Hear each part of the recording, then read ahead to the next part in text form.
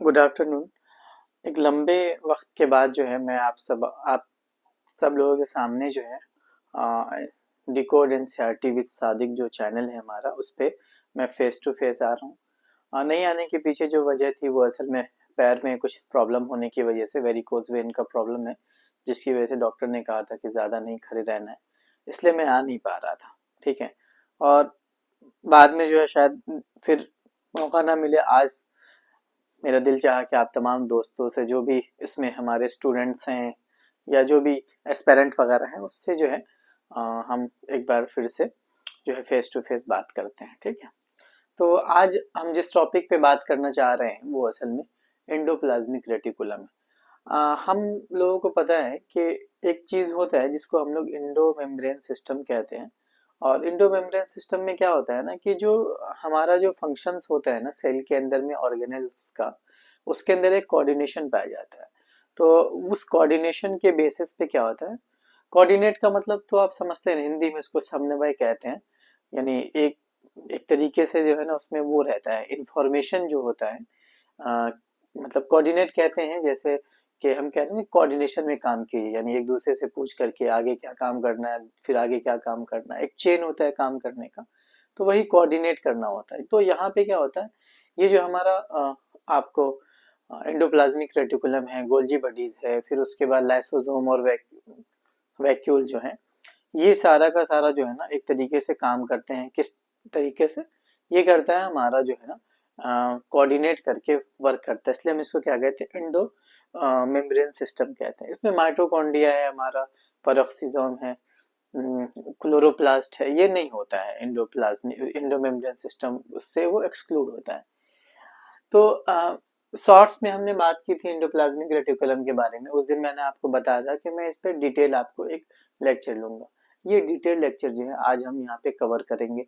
देखिए, जब electron microscope जब हमारा डिस्कवर हो गया ना, तो उसके बाद क्या हुआ कि बहुत सारे ऐसे स्ट्रक्चर जो है वो ये होने लगे, यानी ऐसा स्ट्रक्चर जो हमको सिंपल माइक्रोस्कोप से नहीं दिख सकता था। जैसे कि प्लाज्मा मेम्ब्रेन का जो अल्ट्रा स्ट्रक्चर है, फ्लूइड मोजाइक मॉडल जो सिंगर एंड निकोलसन ने दिया था, जो डिटेल्ड स्ट्रक्चर है, वो पॉसिबल नहीं हो पाया जब तक हमारी डिस्कवरी नहीं हुई किसकी, इलेक्ट्रॉन माइक्रोस्कोप की। इलेक्ट्रॉन माइक्रोस्कोप की जैसे डिस्कवरीज होती है ना, बहुत एक समझ लीजिए कि बायोलॉजिकल साइंस में या बायोलॉजी में एक तरीके का रिवोल्यूशन आ जाता है। क्यों? क्योंकि वो बहुत सारे स्ट्रक्चर्स जो अपने आप में एक दुनिया की दुनिया रखते हैं, वो धीरे धीरे क्या होता है कि उसका इंट्रोड्यूस होता है, और जिसके बाद जो है बहुत सारी बायोकेमिकल एक्टिविटीज हमें समझ में आती है। और फिर एक टाइम के बाद क्या होता है कि वो अल्ट्रा स्ट्रक्चर जो है उस पर पूरी की पूरी बायोलॉजी बेस्ड हो जाती है। तो इतना बड़ा इन्वेंशन है, यानी बहुत बड़ा इन्वेंशन कह लीजिए इलेक्ट्रॉन माइक्रोस्कोप का। तो क्या हुआ कि इलेक्ट्रॉन माइक्रोस्कोप पे हम देखते हैं कि एक कुछ छोटा जो है ना ट्यूबुलर लाइक स्ट्रक्चर जो है साइटोप्लाज्म में फैल जाता है। आप लोगों ने बचपन में एक गेम खेला होगा, मुझे याद है अच्छे तरीके से। जैसे मैं समझाता हूँ। ये इंस्ट्रूमेंट बॉक्स होता था जिसपे आगे में बना रहता था, और एक इस नेटवर्क लाइक स्ट्रक्चर बना रहता था, और उसको हम लोग ऐसे कर करके वो पॉइंट जो होता था, जो एक सर्कुलर जो है हमारा वो होता था स्पेरिकल बॉल टाइप का। तो उसको हम लोग क्या करते थे, उसके टारगेट जहाँ पे होता था वहां पे पहुंच जाते थे। उसका स्ट्रक्चर भी आपने देखा होगा इसी तरीके का बना होता है। तो कमो बेस जो है ना वही स्ट्रक्चर हमारा दिखा किसमें, इलेक्ट्रॉन माइक्रोस्कोप में। ट्यूबुलर स्ट्रक्चर था, यानी उसके अंदर में ट्यूब भी था। ठीक है। साइटोप्लाज्म में वो स्कैटर्ड था, फैला हुआ था। ठीक है। तो फैला हुआ था तो क्या था, उस स्ट्रक्चर को क्या कहा गया, इलेक्ट्रॉन माइक्रोस्कोप, उसको एंडोप्लाज्मिक रेटिकुलम कहा गया। तो अब क्या था कि हमने बहुत डिटेल में न्यूक्लियस के बारे में पढ़ा है। तो आपको पता है कि जो हमारा, मान लेते हैं यहाँ पे मैं लिखता हूँ, ये तो शायद कम दिखे। ठीक है। प्लाज्मा मेम्ब्रेन, जो ये जो प्लांट सेल होता है, तो प्लांट सेल में बीच में क्या होता है, वैक्यूल जगह ले लेता है। लेकिन हम अगर एनिमल सेल की बात करते हैं तो एनिमल सेल में क्या होता है, वैक्यूल छोटा होता है, और जो सेंट्रल लोकेशन पे हमारा क्या होता है, न्यूक्लियस होता है। अगर उस बात को हम मतलब समझते हुए यहाँ पे स्ट्रक्चर को देखें, तो क्या होगा कि हमारा एंडोप्लाज्मिक रेटिकुलम जो होता है, एक साइड जो है वो किससे जुड़ा होता है, आउटर मेम्ब्रेन जो होता है ना हमारा न्यूक्लियस का, उससे जुड़ा होता है। और दूसरी साइड जो है वो प्लाज्मा मेम्ब्रेन से जुड़ा होता है। तो ये जो स्ट्रक्चर है न्यूक्लियस के, आउटर मोस्ट न्यूक्लियस से हमारा जो साइटो ये प्लाज्मा मेम्ब्रेन का है, ये स्ट्रक्चर खुद बता रहा है कि इसका जो फंक्शंस है ना वो कैसा होगा। एक तरीके का वो चैनल है, चैनल का काम करता है, एक तरीके का रास्ता है। वो किसी चीज को ट्रांसपोर्ट करेगा, किसी चीज को वहां से वो पैक करके ट्रांसपोर्ट करेगा, डिस्पैच करने का काम करेगा। ठीक है, वो चैनल का स्ट्रक्चर रखिएगा उस ध्यान में, उससे क्या हमारा फंक्शन रिवील होता है। तो अब क्या होता है कि एक तो इससे जो जुड़ा होता है किससे, आउटर जो मेम्ब्रेन है न्यूक्लियस का, उससे। दूसरा क्या होता है, प्लाज्मा मेम्ब्रेन से जुड़ा होता है। ठीक है, तो अब देखते हैं क्या कि ये हमारा क्या है, न्यूक्लियर पोर हो गया, ये हमारा आउटर मेम्ब्रेन है, ये हमारा इनर मेम्ब्रेन है। ठीक है, दोनों के बीच के स्पेस को हम लोग पेरी न्यूक्लियर स्पेस कहते हैं, या इंटर न्यूक्लियर स्पेस भी कहेंगे। तो ये जो इंटर न्यूक्लियर स्पेस होता है, यहाँ से एक स्ट्रक्चर जाता है चैनल टाइप का। ठीक है, ये पूरा चैनल बना रहा है। ठीक, अब देखिए इसका मेनली 3 स्ट्रक्चर होता है। किसका, एंडोप्लाज्मिक रेटिकुलम का। इसमें क्या होता है, एक तो हमारा ट्यूब्यूल्स होता है। ठीक है, दूसरा क्या होगा, दूसरा ये सिस्टर्ने है। ठीक है, तीसरा वेसिकल्स होता है। ये 3 मेन स्ट्रक्चर्स हैं इसके। ठीक है, इसको समझते हैं थोड़ा सा स्ट्रक्चर। अब ये क्या होगा, देखिए ये पेरिन्यूक्लियर जो स्पेस है इसका क्या हुआ, हमारा एक्सटेंशन होता है, और ये इस तरीके से चैनल लाइक स्ट्रक्चर बनाता है। यहाँ पे जो पूरा ग्रीन कलर से आपको दिख रहा है। ठीक है, ये चूंकि 3D इमेज है, इससे पता चल जाता है कि अब देखिए ये क्या हो रहा है, ये हमारा जो पोर्शन है ना, ठीक है, ये सिस्टर्नी कहलाता है। अब सिस्टर्नी में क्या होता है कि यहाँ पे देखिए हमारा क्या हो रहा है, ब्लैक कलर में जो है, ब्लैक कलर में ये राइबोसोम इससे अटैच है। ठीक है, और ये जो हमारा ग्रीन साइड यहाँ पे देखिए राइबोसोम हमारा अटैच नहीं है। ठीक है, तो राइबोसोम जो है हमारा जहाँ पे अटैच होता है उसको हम लोग कहते हैं RER, यानी रफ एंडोप्लाज्मिक रेटिकुलम कहते हैं। जहाँ पे हमारा ये राइजो राइबोसोम अटैच नहीं है उसको SER कहते हैं, यानी स्मूथ एंडोप्लाज्मिक रेटिकुलम कहते हैं। ठीक है, अच्छा देखिए ये जो ग्रीन कलर का है इसको हम लोग सिस्टर्नल ल्यूमेन कहते हैं। ल्यूमेन हम लोग बायोलॉजी में या हम स्ट्रक्चर जब भी पढ़ेंगे किसको कहते हैं, ल्यूमेन हम उसको कहते हैं जिसमें जो एक हॉलो लाइक स्ट्रक्चर होता है, ट्यूब्यूल्स के बीच में होता है, ट्यूब्स के बीच में हॉलो लाइक स्ट्रक्चर। क्या क्या मतलब, ये देखिए ये हॉलो है ना, इसमें इसी टाइप का हॉलो हुआ, लेकिन उसमें क्या होता है, कुछ फ्लूइड या कुछ मटेरियल जो होते हैं फ्लूइड, वो वहां पे प्रेजेंट होते हैं। तो ये ग्रीन कलर का जो दिख रहा है ये ल्यूमेन स्ट्रक्चर है। ठीक है, तो अब देखिए ये जो इसका जो एंडोप्लाज्मिक रेटिकुलम का जो अपना ये होगा मेम्ब्रेन होगा, उस मेम्ब्रेन का स्ट्रक्चर सेम वैसे ही होगा जैसे प्लाज्मा मेम्ब्रेन का होता है। हम लोगों ने पढ़ा था कि प्लाज्मा मेम्ब्रेन का जो स्ट्रक्चर होता है वो फॉस्फोलिपिड होता है। ठीक है, और उसमें प्रोटीनस पार्ट होता है। ये देखिए ER का जो मेम्ब्रेन है सिमिलर विथ प्लाज्मा मेम्ब्रेन। अब प्लाज्मा मेम्ब्रेन जो हमारा ये फॉस्फोलिपिड और प्रोटीन दोनों से मिलकर बना होता है, उसी तरीके का कमोबेश स्ट्रक्चर होता है। अब ये स्ट्रक्चर क्यों होगा, आप लोगों को पता है कि फंक्शंस किस तरीके का था, वो फंक्शंस उसका सिलेक्टिवली परमेबल था। तो यहाँ पे भी वो परमेबिलिटी को शो करता है। क्यों, क्योंकि बहुत सारे ऐसे सब्सटेंसेस है जिसकी जरूरत होगी तो वो उसको अंदर लाएगा, जिसकी जरूरत नहीं होगी तो उसको बाहर करेगा। अब ये जो राइबोसोम होता है ना, ये इससे किससे अटैच होता है, एंडोप्लाज्मिक रेटिकुलम से। वो एक प्रोटीन के थ्रू अटैच होता है राइबोसोम। ठीक है, सॉरी वो एक मतलब वो राइबोसोम भी अटैच होता है इससे। इस वक्त मुझे उसका नाम याद नहीं आ, शायद R से नाम है। ठीक है, तो वो उससे क्या होता है, अटैच होता है। अब ये राइबोसोम जो है ये अब 2 तरीके का एंडोप्लाज्मिक रेटिकुलम है, एक तो रफ एंडोप्लाज्मिक रेटिकुलम है, दूसरा स्मूथ एंडोप्लाज्मिक रेटिकुलम है। ठीक है, अब दोनों के डिफरेंस को हम लोग देख लेते हैं।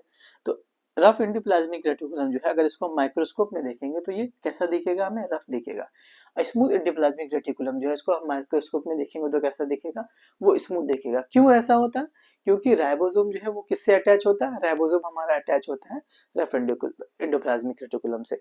तो राइबोसोम की वजह से वो खुरदरा दिखता है, रफ दिखता है। ठीक है, अब ये जो राइबोसोम होता है जितने भी सेल है हमारे एक्टिव सेल है उसमें प्रेजेंट होता है। प्रोकैरियोट्स होगा उसमें भी 70s राइबोसोम प्रेजेंट होते हैं। हमारा यूकैरियोट्स है उसमें भी 70s राइबोसोम हमारा प्रेजेंट होता है। 80s इसमें प्रेजेंट होता है यूकैरियोटिक सेल में। हमारा माइटोकॉन्ड्रिया के पास भी 70s राइबोसोम होता है। क्लोरोप्लास्ट के पास भी क्या होता है, 70s राइबोसोम वो होता है, प्रेजेंट होता है। इसलिए हम उसको सेमी ऑटोनोमस ऑर्गेनेल भी कहते हैं, क्लोरोप्लास्ट को और उसको माइटोकॉन्ड्रिया को, क्योंकि उसके पास अपना राइबोसोम होता है, सर्कुलर DNA होता है। ठीक है, सेमी ऑटोनोमस ऑर्गेनेल भी कहते हैं, इस बात को याद रखिएगा। अब देखिए तो जितने भी एक्टिव सेल हैं, प्रोकैरियोट्स हों, बैक्टीरियल सेल हो, एक्टिव सेल जो है उसमें हमारा क्या प्रेजेंट होता है, राइबोसोम प्रेजेंट होता है। अब राइबोसोम का मेन काम क्या होता है, ये प्रोटीन फैक्ट्री है, प्रोटीन बनाता है, ठीक है।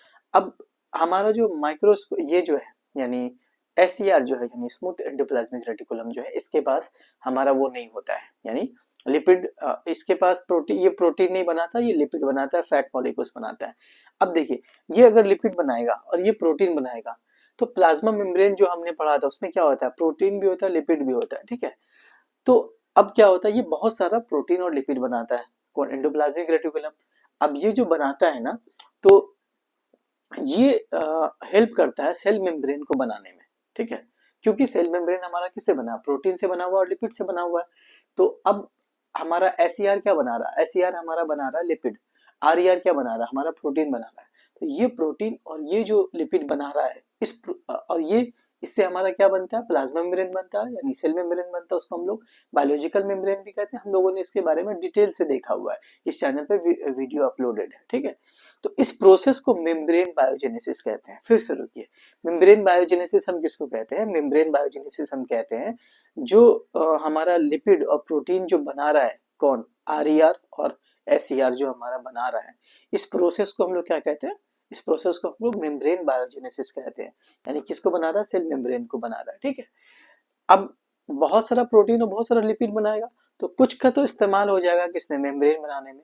कुछ जो होता है हमारा वो प्रोटीन एंजाइम के रूप में, एंजाइम क्या है, एंजाइम एक तरीके का प्रोटीन है, प्रोटीन बनाने में और हार्मोन बनाने में लिपिड और प्रोटीन खर्च होता है इसके अलावा, ठीक है।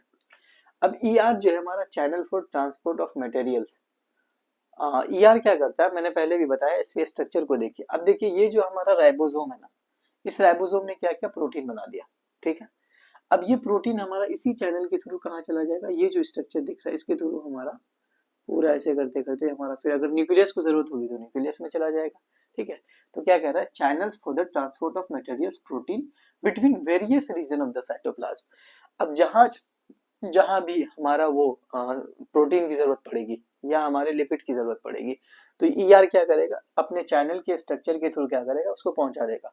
मान लीजिए यहाँ पे हमारा प्लाज्मा मेम्ब्रेन है, अब इसको जरूरत पड़ गया प्रोटीन का, मान लीजिए बाहर में साइटोप्लाज्म में, फौरन से ये यहाँ पे बनाएगा, इसके थ्रू आ जाएगा।